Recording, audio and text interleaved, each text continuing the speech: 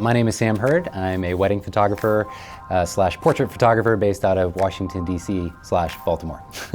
Today I'm going to talk about 5 tips, simple things to add a really interesting creative element to virtually any environment that you're shooting in.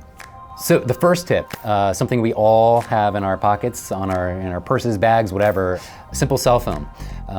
Oftentimes you have something that's really basic but distracting in the background, maybe a bunch of cars, a trash can, a simple sign, whatever.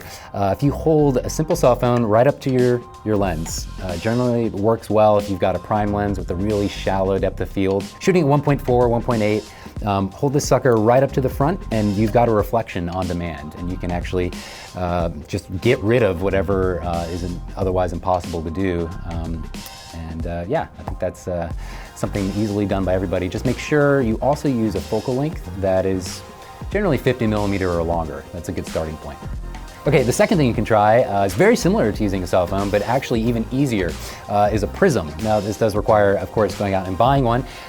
Just found mine about 10 years ago from a teacher's store on Amazon.com. Just search for 6-inch triangular glass prism. Hold it right up to the front of your lens. Again, a prime lens, really shallow depth of field.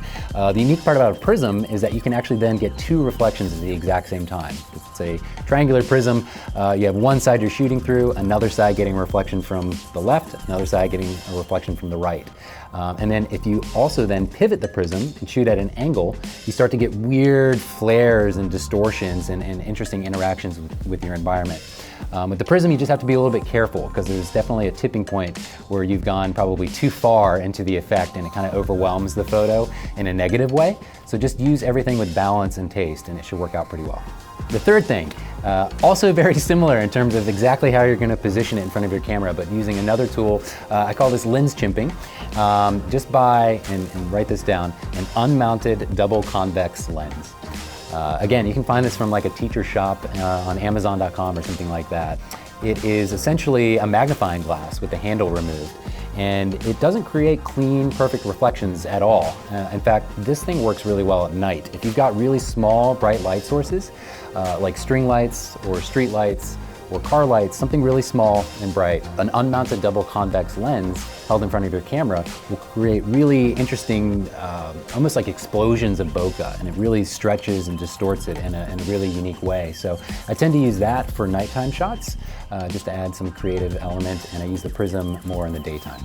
Okay, so the fourth thing, unfortunately it does require going out and doing some research and buying an additional tool, but it's called an anamorphic lens, and I found mine years ago on vidatlantic.com.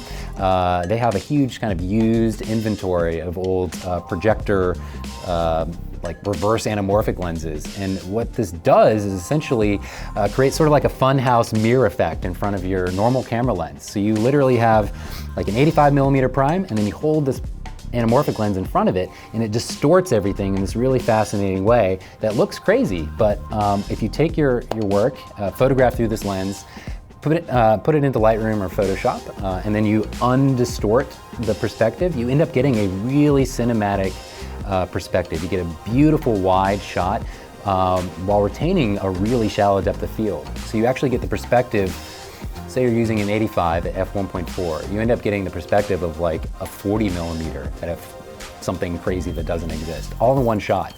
So there's no stitching or anything you really have to do other than unsquish it. So definitely research some anamorphic lenses. It's not very popular amongst photographers, very popular for videographers. But these days, you can project and display your images in all kinds of aspect ratios. I think there's a real place for anamorphic work in still photos. Okay, number 5, I call this the Ring of Fire. It should be a pretty easy thing to find if you go to a hardware store or anywhere that has essentially a copper pipe. 1 inch by 1 inch, very small.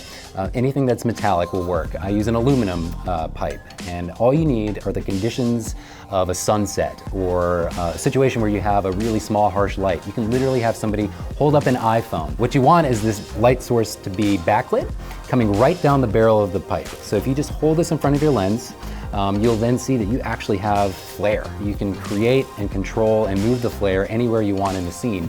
And this is especially useful as camera lenses are just better and better designed. Most of them won't flare, even if that is something you want out of them.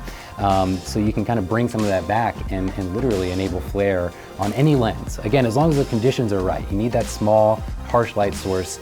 Sunset works perfectly, and then right down the barrel of the tube. So that's a very easy way to add a fascinating kind of organic element to virtually any location.